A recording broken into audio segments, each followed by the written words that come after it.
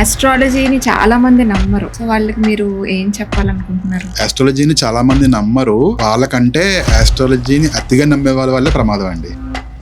The people who practice the astrology, we say astrologers, వాళ్ళ వల్ల ఒక్కొక్కసారి ఆస్ట్రాలజీకి చెడ్డ పేరు వస్తుంది.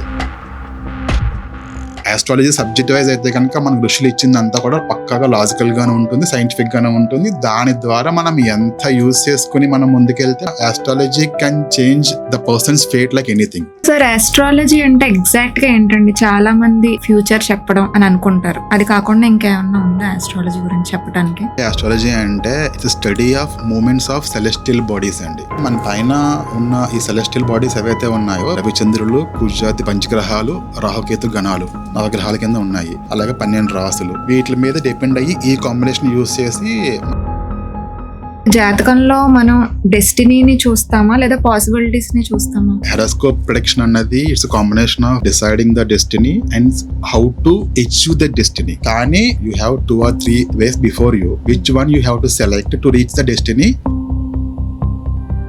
సో ఆస్ట్రాలజీని బ్లైండ్ గా నమ్మాలంటారా లేదా లాజికల్ గా తీసుకోవాలంటారా? నాట్ ఓన్లీ ఆస్ట్రాలజీ అండి, దేన్ని కూడా బ్లైండ్ గా నమ్మకూడదు. జనరల్ గా ఎవరైనా పీపుల్ ఉంటారు, వాళ్ళు ఏం చేయాలి ఏం చేయకూడదో తెలియదు, జనరల్ గా ఏదో చేస్తూ ఉంటారు, సక్సెస్ అవ్వలేరు, టైం వేస్ట్ అయిపోతుంది. దే అప్రోచ్ ఎనీ ఆస్ట్రాలజర్, అప్పుడు ఆస్ట్రాలజర్ విల్ సజెస్ట్.